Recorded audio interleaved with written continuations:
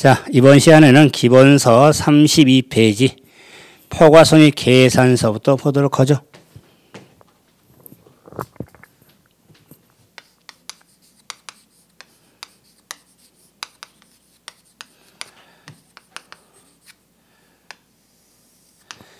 자, 포괄손익 계산서 Statements of Comprehensive Incomes. 그래서 C와 이렇게 학명을 쓰죠. 이런 포괄손익 계산서는 일정 기간 동안 기업의 경영성과를 나타내는 재무제표를 포괄손익 계산서로서 기본 핵심 일정 기간 동안이죠. 기업의 경영성과를 나타내는 재무제표가 되기 때문에 기간의 의미가 되기 때문에 포괄손익 계산서를 보고서라고도 하죠. 그러면은 이런 일정 기간 동안의 경영성과 또는 영업성과라고 하는데 경영에서 나타나는 요소 하면은 수익과 비용이 되겠죠. 뭐 수익하면 단순하게 비용에서 얻어지는 효익. 비용하면은 수익을 얻기 위해 희생된 경제적 가치를 비용으로서 이런 수익과 비용을 대응해서 좀 구분해서 표시하는 표를 포괄손익 계산서라고 하겠다. 따라서 이런 포괄손익 계산서는 어떤 기능을 수행할까?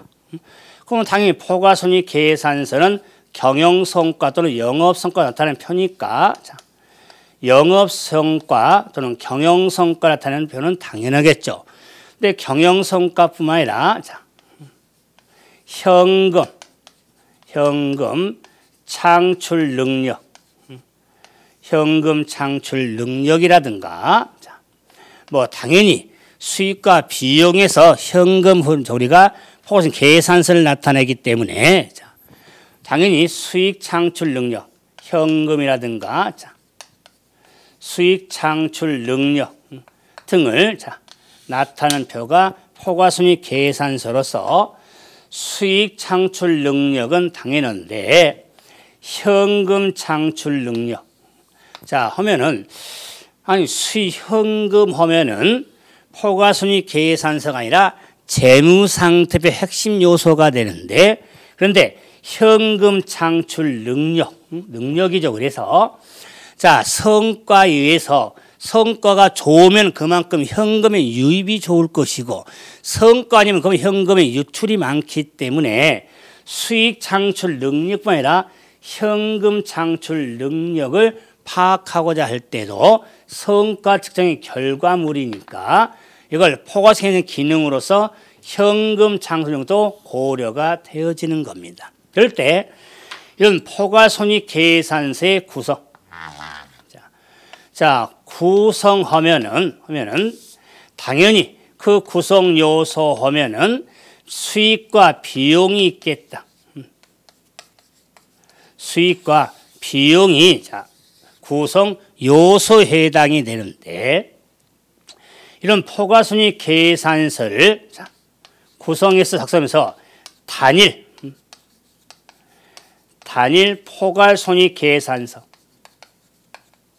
계산서와 두 개의 보고서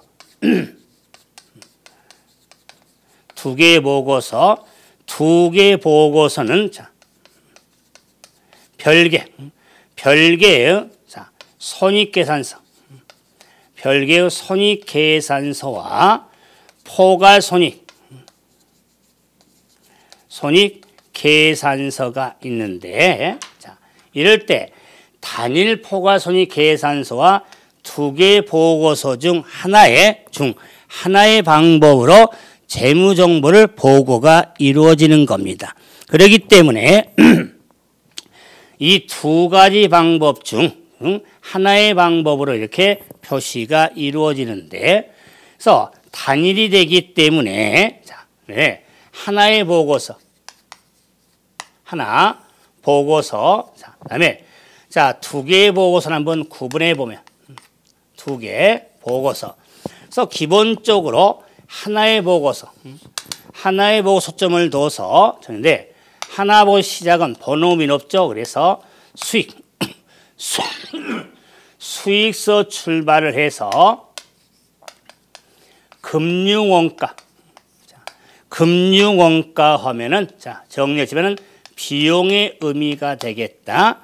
그래서 금융원가를 고려해서 뭐 세 번째 이런 거 보면은 뭐 지분법에 따른 당기 순손익에 따른 지분. 자, 관심 없죠. 그 다음에 법인세 비용. 일단은 굳이 한번 써주면은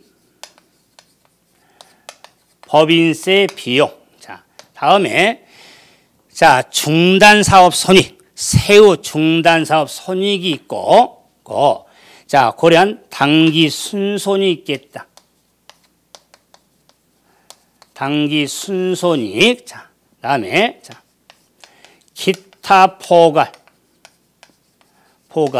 손익이 있고 총 포괄 손익이 있겠다. 자, 그래서 하나의 보고서는 수익서 출발해서 당기 순손익이나 총포괄 손익까지 나타나는 표를 하나의 보고서라고 하겠다. 그러면 두 개의 보고서는 수익서 출발해서 당기 순손익까지 나타나는 별개의 손익계산서. 손익계산서와 당기 순손익 출발해서 총포괄 손익까지 나타내는 포괄 손익계산서로 두 개의 보고서로 구분해서 나타낼 수가 있습니다. 자, 이랬을 때, 자, 하나든지 두 개의 보고서든지 구분했을 때, 하나든 두 개든 간에, 포괄손익계산서는 특별손익은 구분해서 표시하지 않는다는 거. 그래서 하나든 단일이든 두 개의 보고서든 특별손익은 이건 자, 구분해서 표시할 수가 없다는 거. 우리가 재무상태표에 표시할 최선 항목에서는 당좌 자산, 금융 아니죠? 당좌 자산은 표시할 항목이 아니죠? 그럴 때 포괄손익 계산서에 있어서는 한 개의 보고서든 두 개의 보고서든 특별손익은 자, 구분해서 표시할 수가 없다는 것은 특별손익 항목은 분류되지 않습니다. 자, 그랬을 때, 자, 하나든 두 개 있을 때, 자, 수익이 뭐냐? 자, 수익이 스타트죠? 자, 이 수익에 있어서는, 자, 우리가 거래 결합 관계를 생각을 하면서 재화의 판매, 영역의 제공 등으로 발생해서 얻어지는 발생으로 인한 대가로 발생하는 자산의 증가, 부채의 감소를 수익이라고 하겠다. 수익. 그래서 재화 등에 대한 제공에 의해서 대가로 발생하는 자산의 증가, 부채의 감소를 의미하는데 주의할 것은 포괄손익계산서의 수익. 자, CER에서의 수익 하면은 매출액을 의미하는 겁니다. 그래서 만약에 유형산 처분 이익 등은 자, CER의 수익에 분류되지 않습니다. 그래서 수익 항목은 CER에서의 수익. 자, 스타트요 수익이라고 하는 것은 매출액을 의미하는 거지 유형산 등의 처분 이익을 의미하는 건 아니다. 수익. 자, 을 의미한다. 자, 다음에 이제 금융원가. 자, 하면은 비용인데 그럼 비용이 뭐냐? 금융원가 등의 비용은 재화의 판매, 영역의 제공으로 발생하는 자산의 감소, 부채 증가를 우리가 비용이라고 하겠다. 그러면 재화 등의 재화 등에서 발생으로 자산의 감소, 부채 증가로 나타내는 걸 우리가 비용이라고 하겠다. 그런데 주의할 것은 이 비용에 있어서는 반드시 비용에 분류가 있겠다. 자, 비용의 분류. 그럼 비용의 분류에 있어서는 성격별 분류. 성격별 분류와 기능별 분류가 있겠다. 그래서 비용을 분류함에 있어서 성격하면은 종업원 급여 순서 아닙니다만은 종업원 급여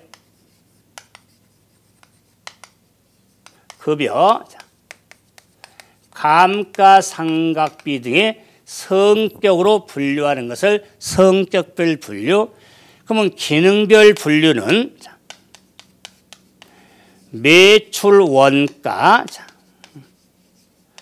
물류 원가, 관리 원가로 분류하는 것을 기능별 분류라고 하겠다. 자, 그래서 구분할 때 기능별 분류는 매출원가 등이 보이죠. 그래서 기능별 분류법을 매출원가 분류 법이라고 하겠다. 그래서 기능별 하면은 매출원가 분류법. 그래서 매든 이렇게 매치시키면 구분이 더 쉬워지겠죠. 자, 그랬을 때 성격별로 분류했을 때는 자, 기능별로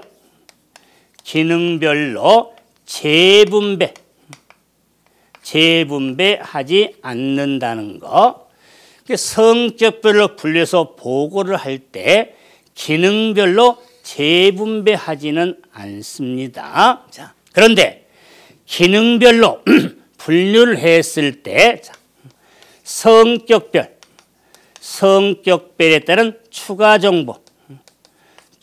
정보를 제공을 해야 된다는 거. 다시 말하면 성격별로 분류했을 때는 기능별로 재분배하지는 않지만 기능별로 분류했을 때 성격별 항목에 따라서는 추가 정보가 필요하다는 거. 자, 이랬을 때 성격별하고 기능별에 있어서 우리가 비용에 따른 분류니까 한번 큰 틀을 한번 보면 수익서 출발하는 것.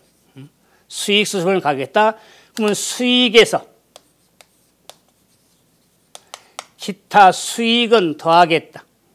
기타 수익은 더하겠죠. 자, 그러면서 재고자산 변동. 재고자산 구입액 등을 표시를 하고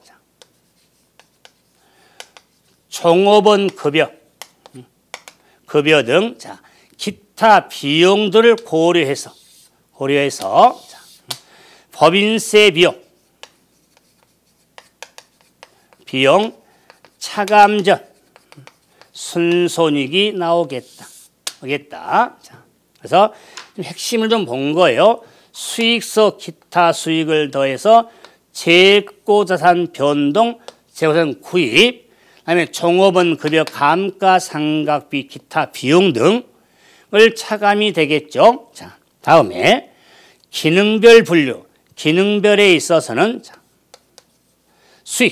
수익에서 매출원가를 고려해서 매출 총이익이 나오겠다. 매출 총이익이 나오면 기타 수익 고려하고 물류 원가 등을 고려해서 법인세 비용 차감전 순손익이 나오겠다. 자, 그래서 매출 원가가 나왔죠. 매출 원가. 자, 이랬을 때 먼저 성격별 분류, 성격별로 분류를 하든 기능별로 분류를 하든 법인세 비용 차감전 순손익은 동일한 겁니다. 동일해요. 자, 그래서 동일하게 이렇게 결론, 만약에 기능별로 했을 때와 성격별로 했을 때 손익이 다르면은 말도 안 되겠죠? 자, 그러면은 여기서 최근에 먼저 설명을 좀 더 드리기 전에 35페이지에 구분해서 정리하셔야 돼요. 자, 기능별로 분류했을 때 최근 KIFRS의 수정에 의해서 수익서 그래서 매출원가. 그럼 매출원가라든가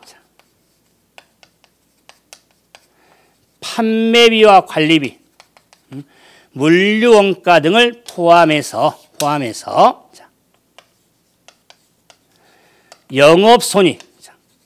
영업손익을 구분해서 표시가 이루어진다는 거.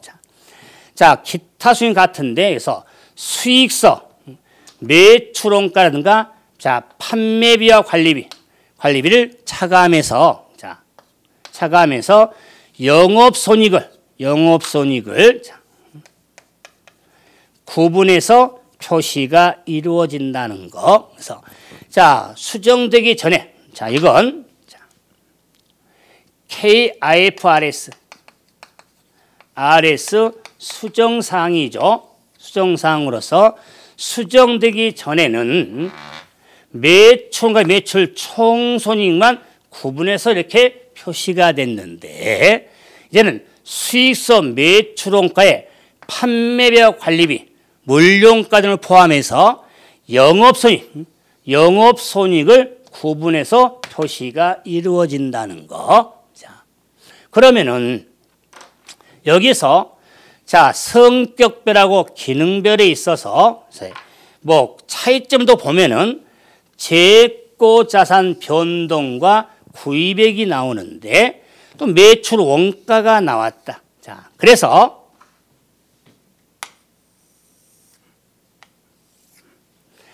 재고자산 계정 플러스 마이너스의 기초재고 매입. 매출 원가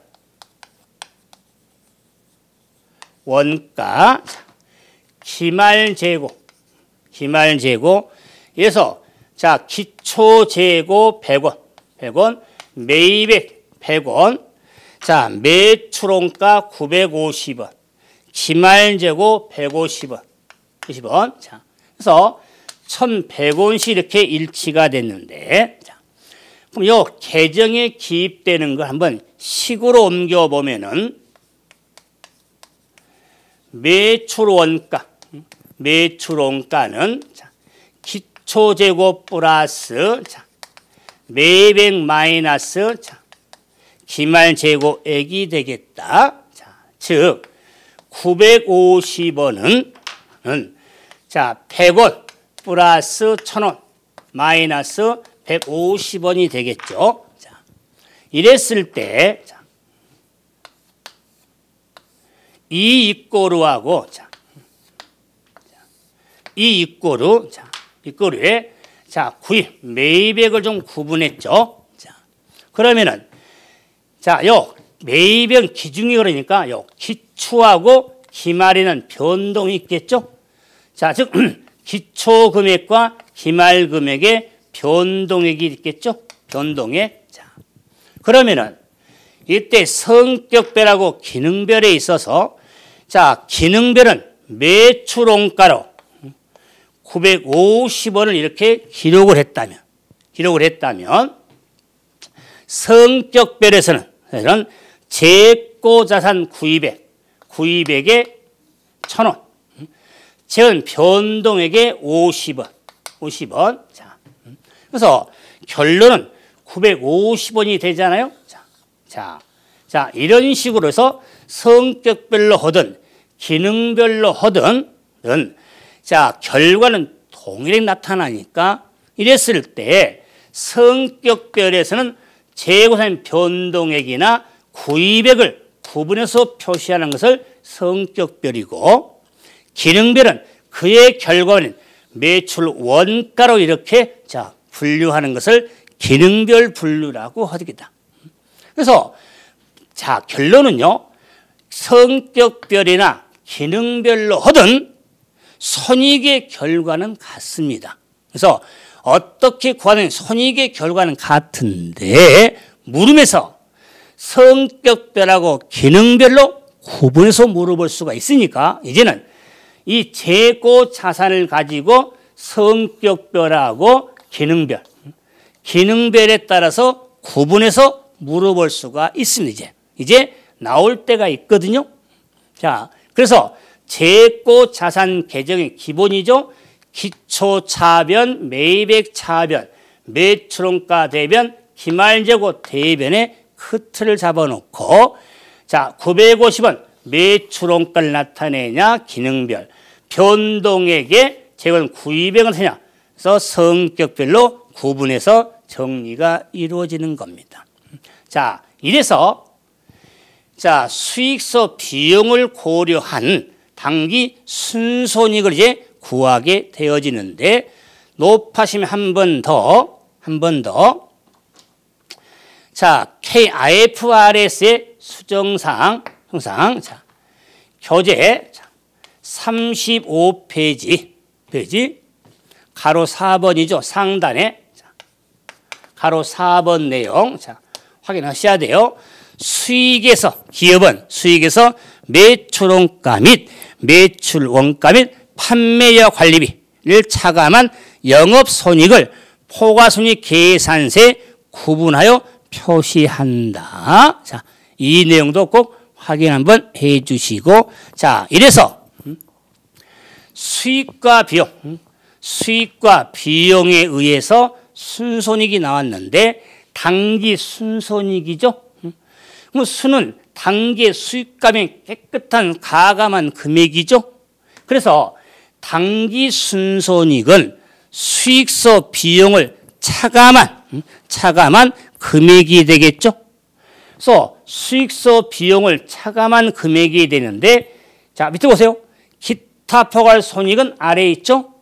기타 포괄 손익은 포함되지 않는 겁니다. 자, 그래서 당기 순손익은 수익서 비용을 차감한 금액으로, 기타 포괄 손익은 포함되지 않습니다. 제외가 된다. 자, 그래서 자, 우리 IFRS에서 그래서 수익과 비용 항목은 기준에서 달리 정하지 않는, 자, 수익과 비용은 당기 손익 항목으로 처리가 되어지는 겁니다. 그런데 당기 순손익이 당기 손익하고, 근데 기타 말이 있더라. 그러면 기타 포괄 손익이 있는데, 자 보세요.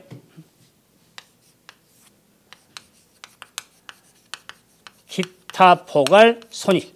자, 중요한 항목이죠. 자, 그러면 기타 포괄 손익이라고 하는 항목은 기타지만은, 자, IFRS에서 허용하거나 요구한 자, 당기 손익 항목인 수익과 비용에서 손익 항목에서 제외되는, 자, 씁시다. 자, IFRS에 의한 손익 항목, 자, 손익 항목에서 제외된 자, 수익과 비용 항목을 기타 포괄 손익이라고 하겠다. 그래서 기타 포괄 손익. 자, 손익에 있어서는 자, 비용과 IFRS에서 비용과 수익 항목을 손익 항목인데 손익 항목에서 제외되는 수익과 비용 항목. 원래는 수익과 비용으로 처리해야 되는데 기준서 달리 규정을 하고 있으니까. 자, 그래서 손익에서 제외되는 수익과 비용 항목을 기타 포괄 손익 항목이라고 하겠다. 그 기타 포괄 손익 항목에는 5 항목은 조금 구분하는데, 자, 어렵지만 해야 됩니다. 이 기타 포괄 손익에는요, 재분류 조정을 자, 포함을 한다. 포함. 자, 그래서 재분류 조정 항목을 포함한다는 거. 자, 그래서 그 항목이 이후에 재분류는 손익에 포함되는 항목도 포함돼. 차후에 이후에 자, 당장은 손익 항목 아니지만 이후에 손익 항목에 해당이 되는 항목을 재분류 조정이라고 하더라. 재분류 조정 항목도 포함해서 기타 포괄 손익 항목이 되는데 이럴 때 재평가 잉여금의 변동이 있겠다. 변동. 그럼 재평가 잉여금의 변동하면은 유형자산이나 무형자산, 대표로 유형이라든가 무형자산의 재평가로 인한 재평가 잉여금이 기타 포괄 손익 항목에 해당이 되어진다. 자, 그래서 자, 주의해야 됩니다. 재평가 잉여금이지 재평가 손익이 아니다. 자, 주의할 것. 유형과 무형자산은 자, 재평가 손익이 아니다. 손익이 아니라 재평가 잉여금이 자, 기타 포괄 손익 항목이 된다. 자, 다음에 자, 확정급여제도. 급여제도. 자, 확정급여제도는 재측정 요소. 재측정 요소가 있는데 자, 이게 대표로 자, 보험 수리적 손익이 있더라. 보험 수리적 손익. 자, 다음에 해외 사업장. 해외 사업장은 환산으로 인한 사업장에 환산으로 인한 손익이 있겠다. 손익. 자, 이걸 자, 해외 사업 환산 손익이 있겠다. 손익 있겠다. 자, 다음에 매도 가능 금융산 자, 재측정 손익. 자, 저는 평가로 인한 손익이 있겠다. 자, 이런 항목을 매도 가능 금융자산 평가 손익이 있겠다. 자, 주의. 매도 가능 금융자산 평가 손익입니다. 자, 다음에 자, 파생상품 위험 소시적 손익에 따른 파생상품 평가. 자, 손익. 자, 손익의 효과적인 부분을 줄여서 파생상품 평가 손익이 있겠다. 자, 파생상품은 수합, 옵션 등 선물 등을 의미하죠. 그것은 평가 손익이 있는데 자, 기타 포괄 손익 항목에서는 어떤 경우든 구분해서 정리를 잘 해두셔야 됩니다. 자, 그랬을 때 유형과 무형사는 재평가 잉여금, 그다음에 해외사 환산 손익, 매도 가능 금융사는 평가 손익. 자, 다시 말하면은 단기 매매 반복이죠. 단기 매매 금융자산. 자, 평가손익은 단기 손익 항목이지 기타 포괄 손익 항목이 아니다. 그래서 매도 가능인지 단기 매매인지 구분 잘해야겠죠. 그래서 기타 포괄 손익 항목을 한번 확인해 봤다.